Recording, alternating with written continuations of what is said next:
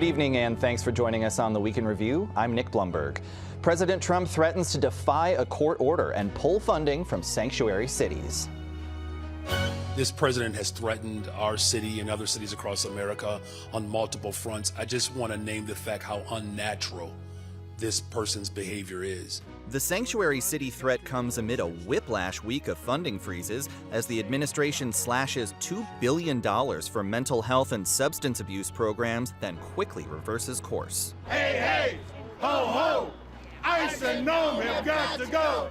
More demonstrations over ICE's use of force in Minneapolis as shooting victim Renee Good's family hires a high-profile Chicago law firm. We're going to make sure that we do the best that we can for the Bears, but most of all, that we're not wasting taxpayer money. Governor J.B. Pritzker reiterates that the state's still willing to help the Bears, but won't foot the bill for a stadium. His comments come as Indiana's governor namechecks the team in his State of the State. Meantime, the Bears get ready for their second-round playoff game against the Rams. State lawmakers say they might tweak the Safety Act in the spring legislative session. And the Supreme Court keeps GOP Congressman Mike Bost's battle against late-arriving mail-in ballots alive. And now to our Week in Review panel. Joining us are Justin Lawrence of Crane's Chicago Business, Carrie Shepard of Axios Chicago, Araceli Gomez-Aldana of WBEZ, and Violet Miller of the Chicago Sun-Times. Great to see you all. Thank you for being here. Let's get right to it. So, Carrie, before we get to all the legal and funding battles with the Trump administration that we just mentioned, there was also a big lawsuit this week with the state and the city joining forces to sue over alleged illegal tactics during Midway Blitz. What are the details there? So this is a lawsuit brought by Attorney General Kwame Raoul, one of many, as we have seen. It's hard to keep track, right? Which raises another question of how much are all these lawsuits costing taxpayers, but that's a different topic. So he and the city of Chicago sued DHS for what you said is these tactics that they say are disrupting public life. People can't go to school, people can't run their businesses, and it's this idea of sovereignty. You know, they're in charge of the city and the state, and the federal government does not have a right to come in and upend all that, is what their lawsuit says. It seems like a pretty interesting tactic to use. It's not necessarily saying that, you know, you can't, it's not as much about the use of force side, it's not about, it's more saying... Which has also been litigated. Exactly. Yeah. It's more about day-to-day life. I thought that was sort of an interesting approach to take. Correct, and I think that it's extra interesting right now, especially because as we're seeing Trump sort of tease this idea of the Insurrection Act in Minneapolis, this idea of like causing upheaval and chaos in these places, so then they can bring in, which they tried to do here, of course, the National Guard. That didn't go anywhere. The Supreme Court and lower courts knocked that down. So it's this idea that, you know, the federal government can come in and clean it up, take care, and this is Kwame Raoul and the city saying, no, you're disrupting, we have it under control. Especially because I think a lot of lawmakers, they hear from their constituents and they say, do something about this. Right. We are seeing people be injured, residents, law enforcement officials be injured. What is it that you can do? And really, there isn't much that state law can do with regards to federal law. So this is one way where I think they're looking to see potentially something happen. But of course, this is unprecedented and this never been done before. And we will see how it unfolds in court. I think they would also like to get Gregory Bovino and whoever else they can back into the courtroom in a deposition. And at the if they don't win the lawsuit, at least they get to put those things out there and question them about their time here in Chicago. Which we very well could see with Judge Sarah Ellis presiding over the case again. You know, she's obviously familiar with the facts of the case and got Bovino in for a deposition before, so I'm curious to see how that plays out specifically. Yeah, and you know, do we think this could be, you know, sort of potentially difficult for the administration, for federal prosecutors here, given that Ellis has already put some pretty significant restrictions in place? Yeah, so I mean, the higher courts, the appellate courts knocked some of those down, and that's why the Chicago Headline Club and other groups that were suing, you know, rescinded that lawsuit, attempted to, because they feared a higher court decision that would knock some of those rules down. So we theoretically could see some of those come back into play or something adjacent to it. But there is always that kind of appellate court ruling that you know, might scare these folks into withdrawing the lawsuit at some point. Yeah. Their only fight is in the courts, as we've seen, right? It's very difficult, as we've seen with Renee Good. You can't bring a criminal investigation against these officers. But something that's very savvy of our AG and other attorney generals, especially in blue-led states, is that they are seeing wins in the court. So they're saying, look, we're gonna, and I don't know, if you follow these great court reporters, Jason Meisner, John Seidel. Oh, yeah. They give these great recaps of what goes on. And honestly, the DOJ attorneys just don't seem quite as prepared as you would expect them to be in some of these cases. Well, and a lot of these folks, these aren't the cases that they're used to litigating as an AUSA. This is not necessarily their bread and butter. Well, Carrie, you mentioned what's going on in Minnesota. We learned this week that Renee Good's family has hired Romanucci and Blandon, Chicago-based firm that also represented the family of George Floyd. Correct. What do you think that bodes? Well, they said, Romanucci's law, they said that, look, there, as I just mentioned, there's no, the DHS and DOJ have made it clear there's not going to be a criminal investigation into this ICE officer. So they are looking into a civil investigation, a civil complaint, and, try to bring some closure, I guess, to Renee Good and her family. Yeah, and I think what they have mentioned, especially they're saying that they want transparency because they are trying to figure out what happened during the incident, and there just isn't any answers from DOJ, and so they're looking for transparency. They say they're going to let the public know what they know. Yeah, and we're hearing from Minnesota officials that they're being completely shut out here. We saw another non-fatal shooting during the immigration blitz in the Twin Cities. There's been significant national media attention on Minnesota. Violet, does it feel like it's been more of a national story what's going on in Minnesota than perhaps Chicago was in the fall and early winter? It seems like it now. I mean, they're definitely ramping up, right? We're seeing the use of potentially even different chemical munitions against protesters. I'm waiting for that to be verified, but seeing the videos come out of there definitely seems like they've kind of stepped things up from where Chicago is at. Not to minimize anything that this city has been through, but in folks that I've been talking to, it feels like a local story out of Minneapolis because it feels so close to home for so many. I mean, LA, DC, Chicago, all of these cities, across the country have felt this. And so it feels like a local story even though it might not be physically close. Go ahead, Justin. I was going to say, I think the response to it has been maybe a little more heightened as well, just because this has been going on for so long now.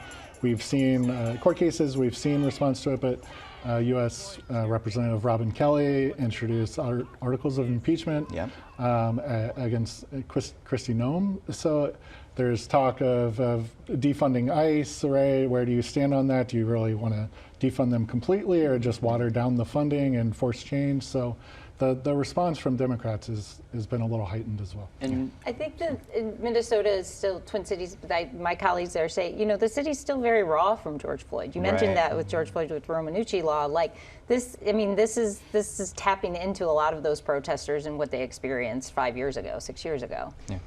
And to your point earlier, I mean, these prosecutors are in a very weird spot. We saw 31 criminal charges come out of Operation Midway Blitz against, largely protesters, folks that are accusing of, doing essentially what Renee Good was doing or other similar things. And so, with 31 of those cases, 14 have been dropped and 0 have led to conviction. So again, I think folks in Chicago are seeing the same thing there. And just attention from, like we mentioned, national media. I mean, to be honest, there was an escalation. There's 2,000 people, federal agents on the ground. That was more than here in Chicago. But also other details. I mean, Renee, she's a white woman. She was a U.S. citizen. She wasn't a protester per se. So that compared to the other fatal shooting that happened here in Chicago, which was an immigrant from Mexico, a Latino man, Silverio. I mean, those things are different, and people are kind of maybe they're identifying more with, hey, what if it was me? Right. Yeah, and I've seen folks make the point that this is the kind of thing that draws attention because it happens, to your point, to a white woman in the street, and a lot of protesters, a lot of activists have said, yeah, imagine what's happening behind closed doors. That's the sort of thing that doesn't necessarily get the attention. And of course, there's also the fact that perhaps some of the anti-immigration agent, anti-ICE protesters on the ground, they've learned from watching other cities, so they're very prepared to respond. Do you think that's fair to say? I think so. I think even just, the little stories that you hear about how Chicago is sending whistles to Minnesota and just, like we've mentioned, it happened in Los Angeles, it happened in Chicago. I think people are realizing, hey, what if my city is next? Yeah. Well, somewhat related story, Justin, we mentioned this at the top of the show. The president has once again threatened to pull federal funding from Chicago and 33 other sanctuary cities. Despite a court order blocking that move, he says this is going to take effect the 1st of February. Do we think this is a bluff? It's hard Look to in your tell. crystal ball, come on. February 1st, so he put it out into the future, right, which makes me think that there's a very good chance it gets walked back. Like you said, I mean, it would go against a court order. It's not, it would be extraordinary, but we live in extraordinary times, so I want to put it past it coming to that, but I mean, this has just been a constant threat for over a year, right? Him trying to enforce his policies through the courts, trying to punish his political allies through the use of federal funding, and whether this gets done on February 1st or not, I think the new threat will happen on February 2nd. Yeah. It's hard to, I think, as not to get too in the weeds on it, but as reporters, so we jump at these lawsuits and they keep coming and they keep coming, and then they're so quickly walked back, like we saw this week with mental health and drugs, substance use grants. Okay, they decided not to do that. I went to a press conference this week with child care providers who are saying, if we lose, that's 150,000 Illinois kids who rely on these child care providers. If they lose that funding, parents can't go to work, the economy gets upset. So it's like, and then they decided not to freeze those funds. So it is always this game of like, we were sort of joking that which of these are still active, right. Which lawsuits are still active, how do we know? Well, and to that point, I mean, the move to freeze that funding, that mental health, substance abuse treatment, that got pushed back even from folks within the president's own party. Exactly. Does that feel like perhaps he has a weakening hold on Republicans, or is this just something that has such bipartisan support? Yeah, I mean, I would say that we're seeing that weakening. We're even seeing it with some Republicans, like Justin mentioned, about how to handle ICE, abolish, defund, we're just water it down. Some Republicans are on board with that too, and that has a lot to do with the fact that the election is coming up. And we're seeing in polling that the public has a very different opinion on immigration tactics in the U.S. compared to before. Many more are saying it's just too hard now, so that's going to change how they vote. And I'm just thinking, I mean, I would have not wanted to be a public health agency or public health organization in those 48 hours. But I think what's back to your question about it being pushed back on both sides, I think that just the way it was brought up, there was no type of warning about this, but also to say that mental health and addiction services are not aligned with the Trump administration, that's a very strange thing to say, and I think that's potentially why it was quickly brought back. Yeah, even some of these arguments that folks might say are sort of specious about things like DEI, at least they can point to, well, yes, perhaps, race or gender were taken into account here, whereas this is something that touches every aspect of society. Well, Violet, you've been reporting on another attempt to freeze some federal funds. In this instance, this is over the administration's anti-trans position. Tell us about that case. Yeah, so this is not even just the only specifically targeting trans people threat of funding that the Trump administration has made in the last month. So currently, Attorney General Kwame Rule, to add to the pile of lawsuits, is suing the Trump administration along with a coalition of other attorneys general over specifically, in this case, Title IX funds. So that goes to schools, prisons, NGOs, different programs.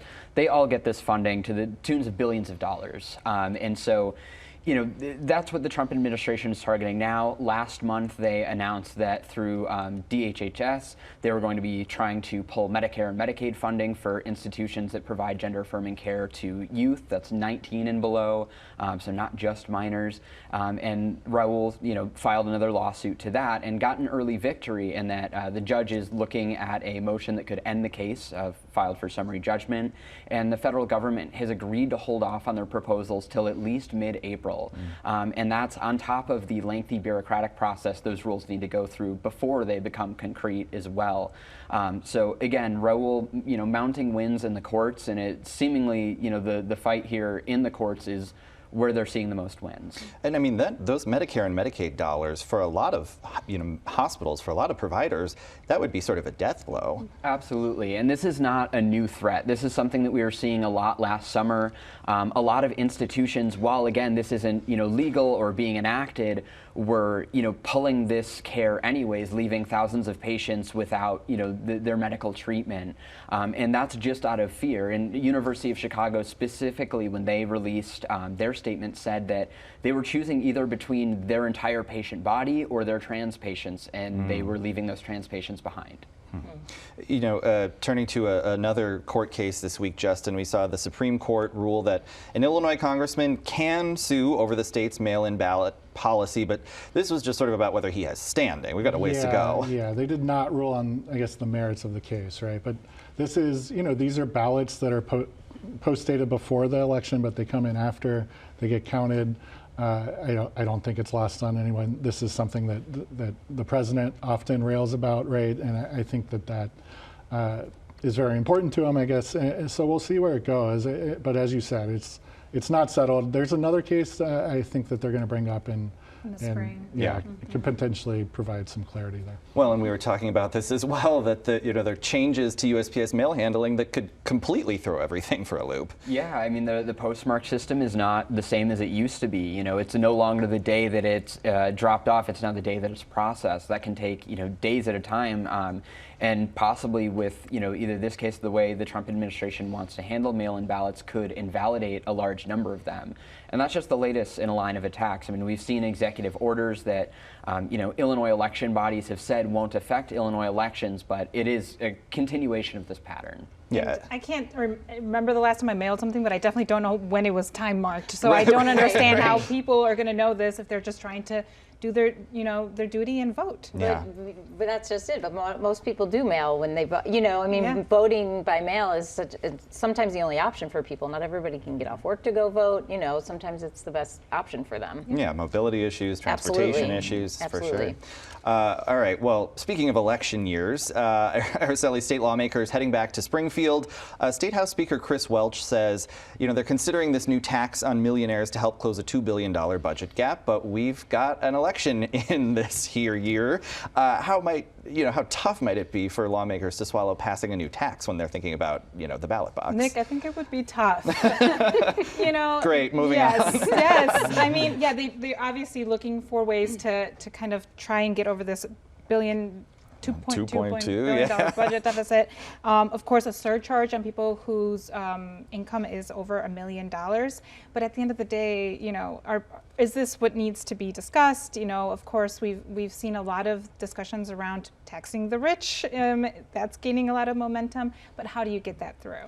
Yeah. As we saw in the city council's budget, it's much easier to describe how you want to tax the rich. It's very hard to put together a package to do so. And some lawmakers have pointed to Massachusetts, which saw billions of dollars come in from their own millionaire tax, but they also have twice as many millionaires as Illinois, so a much larger pool to draw from. So what you're saying is we need to get more millionaires. Okay. I don't know if that's the takeaway. That might be it. I think we've got 5 likely millionaires right here at this table. All right. Well, Justin, you mentioned City Council. For folks who aren't as much of a political nerd as we are, the City Council Zoning Committee Chairmanship might not sound that exciting, but this is a really consequential job, and it's one that's the subject of an ongoing dispute. Tell us about that. Ongoing 2 years. This has been a thorn in the Mayor Brandon Johnson's side for literally over 2 years. There was an ally of his had to step out of the position. It went vacant for almost a year, and in the interim, the vice chair, Alderman Bennett Lawson, who's a freshman, white, moderate from the north side, was the acting chair. Then eventually the mayor turned to former alderman Walter Burnett. He took it for almost a year, and then he retired, and Bennett Lawson took over again. And now in January he said, look, unless you make me the full-time chair, I'm not calling a meeting, which he did not do in January, which means all of these regular zoning change requests for developments all over the city put on pause for at least a month. And there is still no real resolution to who will be the permanent zoning chair. It appears between him and Alderman Gil Villegas, who is not an ally of the mayor, and I don't think the mayor would support Villegas. But as we saw during the budget, the city council has this new pep in their step that they are independent, they can do things themselves, so he's going to try to do that. And if it all falls apart again, I would project that Bennett Lawson will just get made chair. Yeah, I mean, how unusual is this to see an alder just say, we're not calling a committee? It's pretty unusual. He's kind of worn this earlier at the end of last year, and to be honest, I dismissed it. I was like, there's no way they're going to let, aldermen care about projects in their ward. They want, right. I mean, we're fairly late in the term, so they're not going to be at ribbon cuttings anytime soon for things that happen, but that's the bread and butter of how you get get in the newspaper if you're an alderman. You stand and you cut the tape on a new affordable housing project. It's a powerful position. I mean, even if you're not a political nerd, you know about the finance committee, you know about the zoning committee. And I think Justin's story did a really great job of digging into the details of the fact that this is more revealing that who are the mayor's allies. Traditionally, these heads, these finance heads, zoning heads, the mayor picks somebody and that's who it is. We're not seeing that. Like you said, Gil Villegas is not an ally of him, but maybe the Latino caucus wants him. But what about Bennett Lawson? So I think and we saw that with the budget go down. Like who's on the mayor's side is kind of the big question here. Yeah, and especially in a city where alder people have an enormous amount of sway, whereas in another town or city, perhaps these, the local departments, would be making more decisions. And there's so many of them. There sure are 50 of them. 50 mini mayors. All right, well, Carrie, sticking with you for a second, it's looking likely the opening of Bally's permanent casino is going to be delayed. Yes. But you've been doing some reporting this week, as gambling access expands in the city, online, that there can be, some consequences to such easy access. Yeah, I looked at, just talked to some experts, some gambling addiction, use disorder experts, and the main thing they mentioned is just this rise of sports betting and how it's gambling. These problems are mostly affecting young men. There's this access issue, right? It's not like the old days where you find a bookie in a seedy place. You can sit on your couch and the good old days. Oh, the good old days. And you can siphon off funds directly from your bank account. That's not to say that all sports betting was terrible, of course not. Sure. But I started thinking about this too because speaking of the city budget, video gaming was something else that's been thrown around. And if you go to the suburbs, if you go to my hometown of Rockford, Illinois, it's everywhere. These are everywhere, and these are not in Chicago right now. But we are seeing more casinos in 2019. The governor signed a massive gambling expansion bill. So I asked, I asked these experts straight out, have you seen an uptick? And they said, yeah, we have. And we're seeing, young men come in. But the good side of it is that there's more awareness. There's more people able to seek help. There's, they're not as stigmatized, but also maybe people recognizing a little sooner that they have a problem. And it's creating kind of a strange and bad situation where as we expand gambling and the city expands gambling, you rely on the revenue. Right. And gambling is becoming so popular, so you get even more revenue from it, so you tax it more. And at the same time, you're seeing this huge swell and people suffering from addiction, and it's hard to see it going, putting the genie back in the bottle. Yep. Yeah. All right, well, going to the sports side without the gambling, Governor Pritzker reiterating the state is willing to pitch in for things like infrastructure for a new Bears stadium, and that talks are ongoing with the team. But, Araceli, you're our resident Hoosier here. Yes. We've heard Indiana Governor Mike Braun, state lawmakers, really seems like they're making a serious play for the team. I can't remember the last time I paid attention to the Indiana State of the State address, but this definitely perked my ear. And really, I think, don't you think that this is exactly what the Bears owners want? Absolutely. Is for people to start saying, hey, who's got a better offer? At the end of the day, Indiana is willing to just give up anything, really, to bring the Bears over to that neck of the woods. And I'm interested to see what city officials have to say about it, and the governor, of course. But I don't know if people are so excited about the Gary Bears. I don't think so. Well, and we were just talking about the Arlington Heights officials now are coming out and saying, well, wait, okay, what about us? Let's get this bill done. How many sites have we been through now? I mean, there have been so many proposals. I feel we're back to the lawsuits. There's too many things. Money spent already in Arlington. Millions to secure that site. You know what? I'll give the Bears that they're having a good season. The White Sox asking for stadium help is not so good. Maybe next year, guys. Tough hit, Sox. Well, it wouldn't be happening if the Bears were not in the playoffs. Yeah, yes, right. But yeah, it's interesting to see that not just talking about this in the state of the state, actually introducing a bill in the Indiana legislature. Yes. So I do want to be a bit of a wet blanket on the talk of the Bears being great, and that spurring this is. The Kansas City Chiefs won 2 Super Bowls in a row, and then they put it up for a referendum, and their voters said, no, we don't want to pay for this, and eventually, now Kansas is going to pay for it, right? So, well, hey, it doesn't necessarily translate, but there is a lot of discussion happening, and we'll see where Let's win a Super Bowl. Let's win a Super Bowl, and then we'll. Well, you know what? If we put you all up to a referendum vote, I know the viewers would absolutely approve of you, but we are out of time. So our thanks to Justin Lawrence, Carrie Shepard, Araceli Gomez-Aldana, and Violet Miller. And we're back to wrap things up right after this. Tonight's presentation of Week in Review is made possible in part by Ann and Rich Carr, BNSF Railway, and Francine and Dr. Anthony Brown.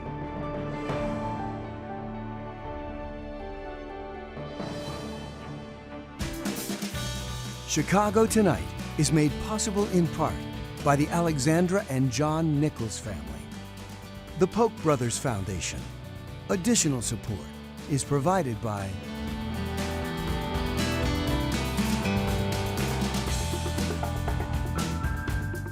And that's our show for this Friday night. Check out our website for the very latest from WTTW News, especially if you want to relive the Bears beating the Rams in the 1986 NFC Championship game ahead of this week's matchup. Now for the Week in Review, I'm Nick Blumberg. Thank you for watching. Stay healthy, stay safe, and stay informed. Have a great weekend. All right, what do we think about the 2026 Bears-Rams matchup, folks? It's going to be cold. It's going to be cold, and that is a big thing, is the Rams haven't, I know we've all heard this stat, but the Rams haven't played apparently in a game colder than 45 degrees, so they're in for a rude awakening. Other than that, Stafford, Fair. you know, obviously the Detroit, but he can only do so much. Yes, I mean, it's going to be very cold. When was that last Sunday. game, in the 40s?